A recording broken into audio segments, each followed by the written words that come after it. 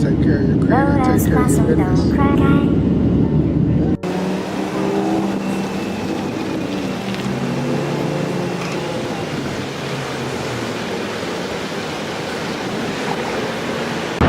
Yeah.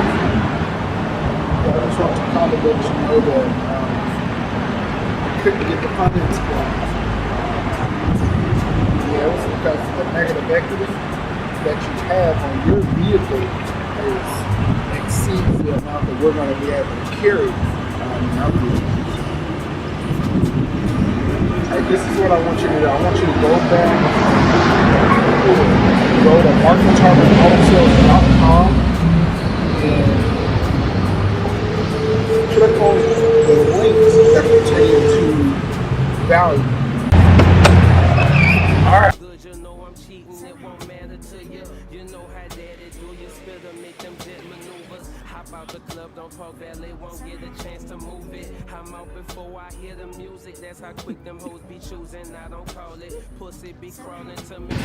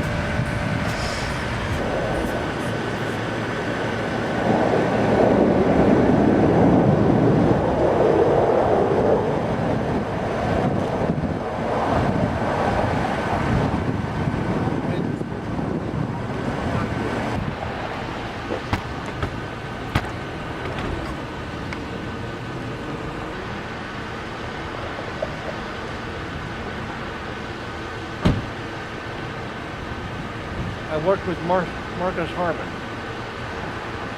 I am very happy with his purchase. I'm sure I'm going to get along, and happy experience with him for a number of years. Thanks for working with him. Okay, Marcus, good to see you. I only want to get out. And then here she is. We were talking about that. Yeah, okay. Well, you have a safe trip back, okay? And I'll call you in a couple days, see how things go. All right. Fair enough. Thanks for coming down all the way from where? Norman. Norman. You got it figured out, buddy. Thank you, sir. See ya. Me and my niggas is up in this thing. Best believe these nuts gon' hang. Looking to the left, see the car young thing with the ass too fat and the pink to rain. Hoping that you know the rules. Gotta choose me cause the nigga won't choose. If you see me nigga hard, do you know I won't choose? Now we up in the mall, do you like those shoes? That's it. Got another one. Just back from vacay. Shout out Jonathan Willis. My boy, big things coming next for you, I'm sure. Keep up the good work. Just got back from Oregon, man. And as soon as I made my first call, he was like, I'm on my way, I'm on 44. I'm like, uh-oh, I gotta get ready. So just off the flight, adjusting the times, but you know, we ready, 28 and ready for it. Let's get it. You just have to be able to control yourself, your own decisions. You know, what power is you being able to have the ability to do something, but not do it. That's control, yes. Control of your power. Power is the ability to be able to make something happen. So right now, I can buy this car right now as we speak, right? Right now, I can put things together, whatever I need to do to buy this car, right? Can't pay cash for it, but I can get a loan and drive off with this Mercedes-Benz today, right? But I would be giving up any equity that I have from paying off my vehicle over the past several years. So, if you want the car, feel free. If it's going to help you make business, if it's going to help you with future endeavors, future opportunities, okay, you're making a stable decision, right? You're thinking about your future. You're thinking, okay, this vehicle is going to allow me to make 30 grand more a year, 20 grand more a year. But you at least want to think about exactly the move that you're making before you even come to a dealership, before you call a dealership, so that the decision that you make is more stable. And 3-4 years, it don't come back to haunt you, and you're blaming it on the salesperson that sold you the car. You're blaming it on the dealership. No, it was you. You made the decision. You made the decision, okay? You made it. So just stay focused, keep pushing, and be educated about the decisions that you make. It's very important. It'd be nice to have a Benz, though. It'd be nice, but I think I'm gonna hold off and wait till I'm actually in the position to be able to take that, to be able to possibly be an represent education in the ghetto. But it would be nice to make that dream come true, because everybody knows it's my dream vehicle.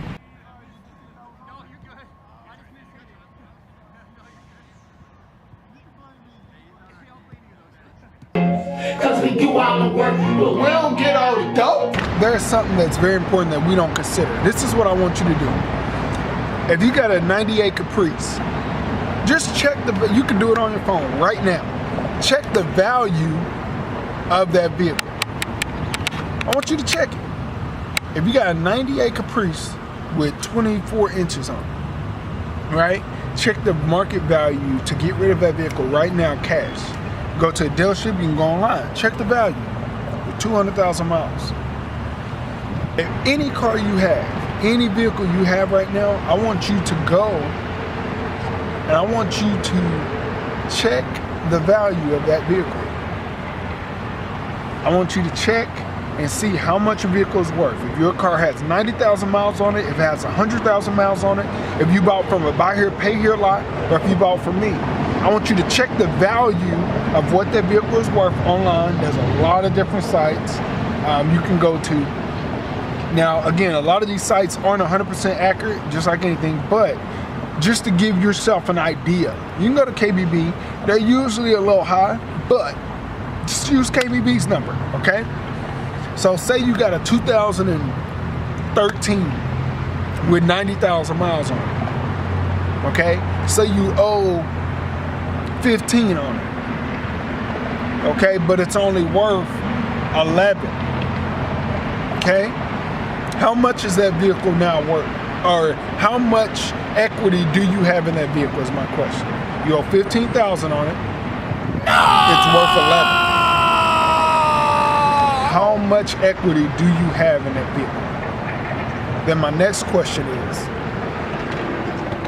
do you know what equity is? Are you aware of what equity is? Okay.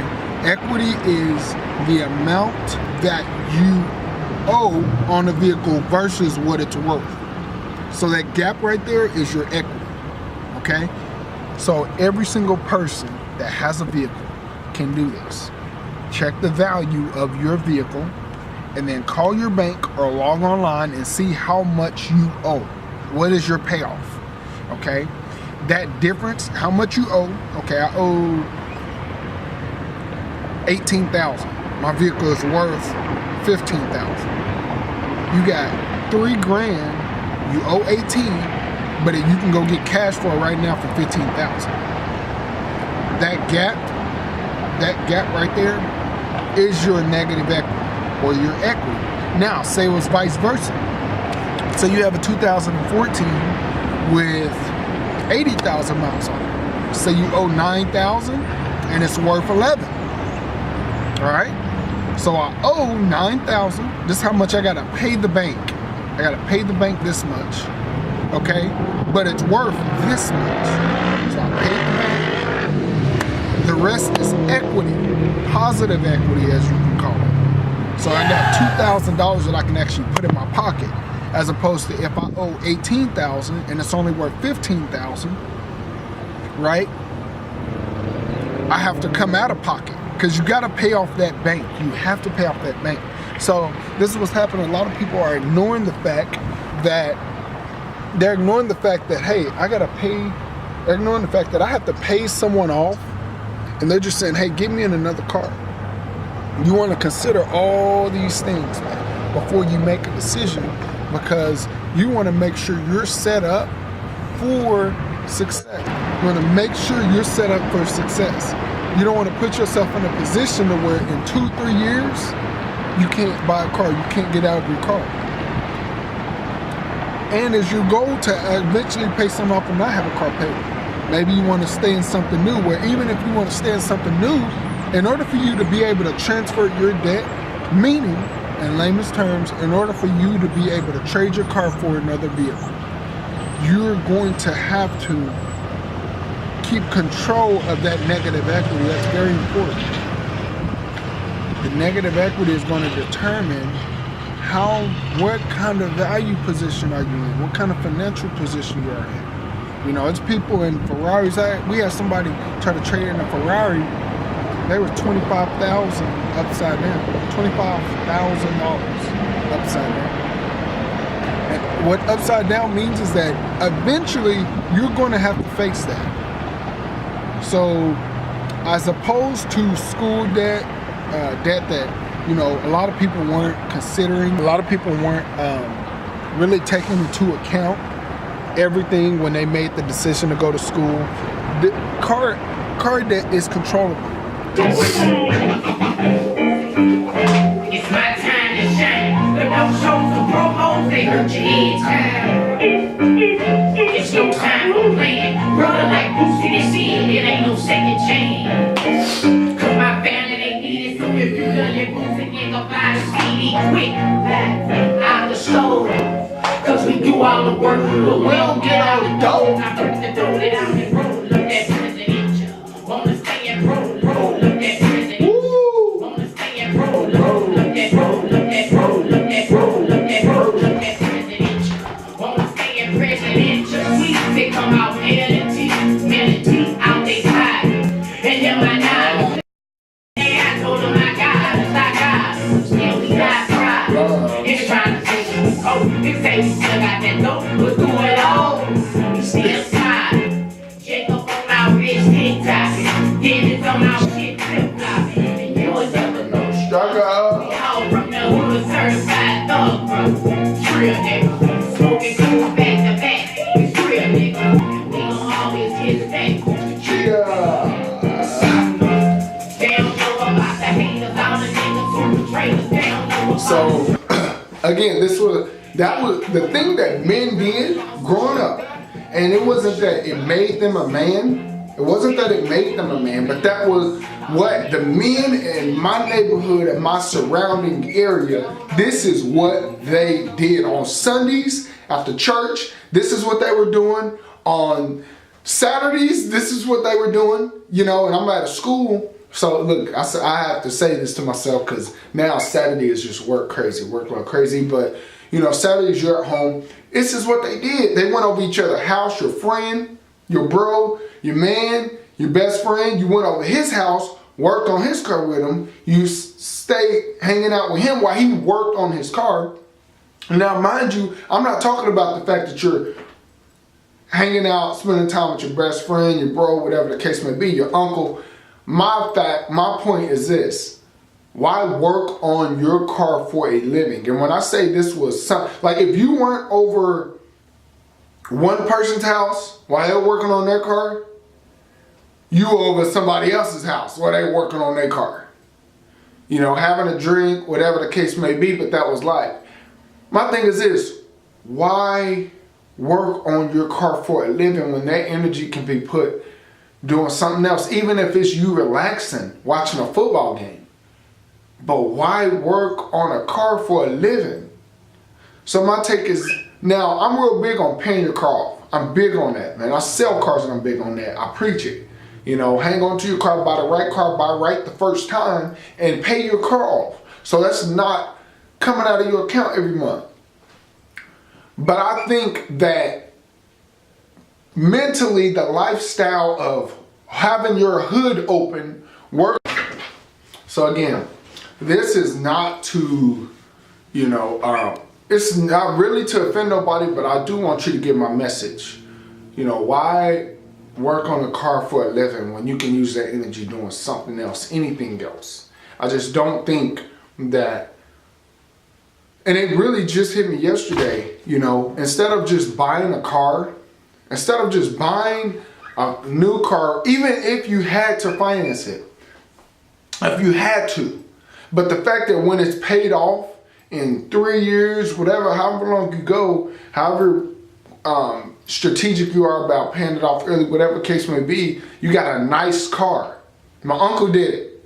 Nice Durango, loaded, paid off, about to be paid off, equity position. You good. You ride nice. You don't have to hear the engine sounding loud, transmission sounding loud, and you don't have to use your Saturday to worry about your car. You can focus on getting your mind right, focus on other things, focus on the game. You can chill, you can relax, you can go outside and have a beer with your nephew, with your uncle, and not have to worry about, you can look at the car, but you don't have to worry about working on it. You know, and I'm thinking that, you know, I don't think this will be a problem with a lot of people, but I just know that a lot of people are buying cars that are $500, $400 cars, and you are having to work on these cars. There's things wrong with these cars. Stuff happens, don't get me wrong. But to buy cars, you got $2,000 you spend on a car, come income tax time.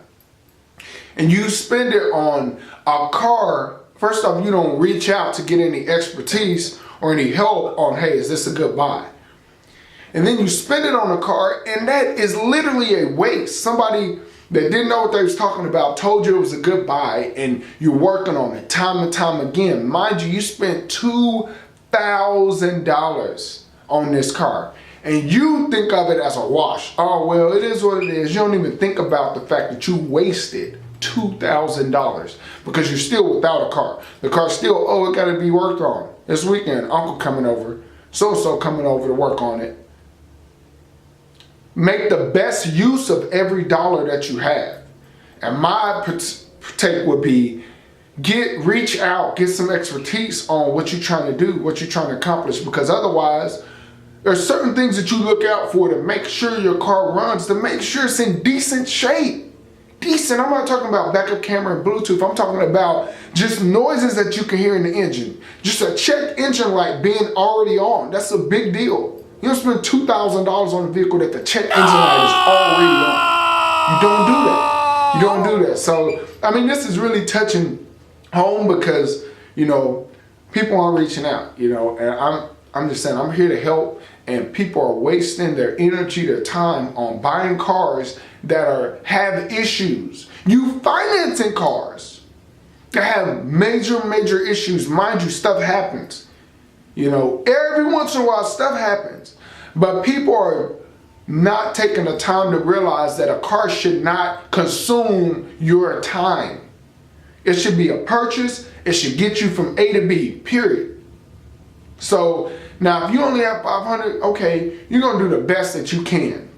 But the main thing is you don't want a check engine light on, and you don't want to hear any major noises from underneath the hood. You just don't. You know, and if you do, the next time you buy, don't get in the same situation. Try to learn from it.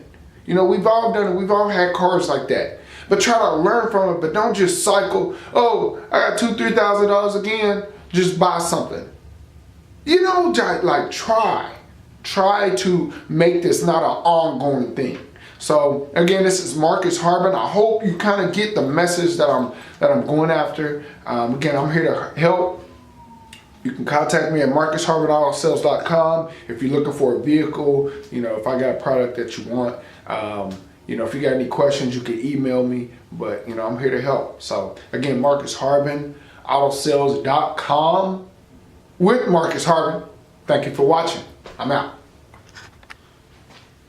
$2,000 is a lot of money. $3,000 is a lot of money. $1,000 is a lot of money. Make the best of it. If you can put $2,000 down and end up with a $200 payment, come on, man. What is the real focus? What is the real focus? Should you be also focusing on getting your income up so you can afford to? What I'm saying is, I believe you deserve more than worrying about a car forever.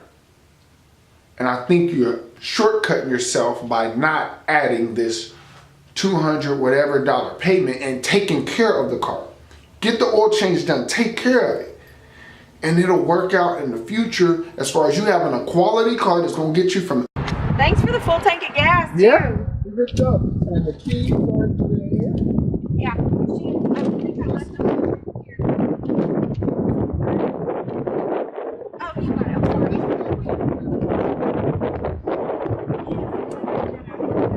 So the battery runs out on the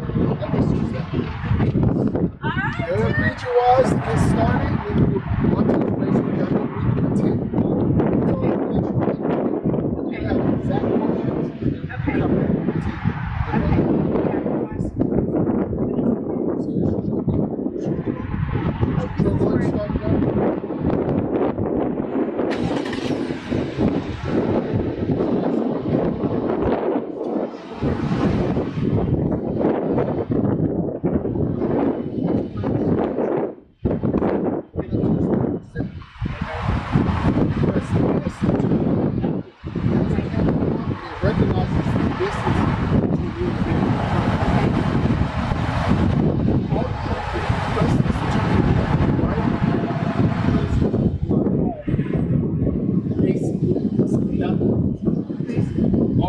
When you're on the highway, just call down and press this, and you'll see you'll see the distance. See that? Oh, God. Literally, set the distance, and that's the distance really different. You don't even notice it. Like it literally automatically. Okay. So this is the closer distance. This is the radius. So all of this has to do with the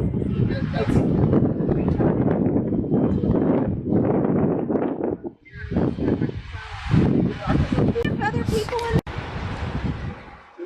so that closes the shade. Okay.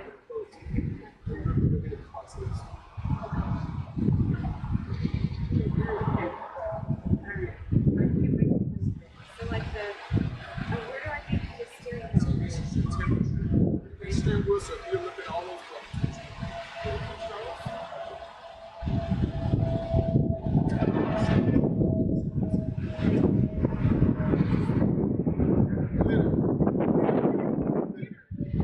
Wait till you do that.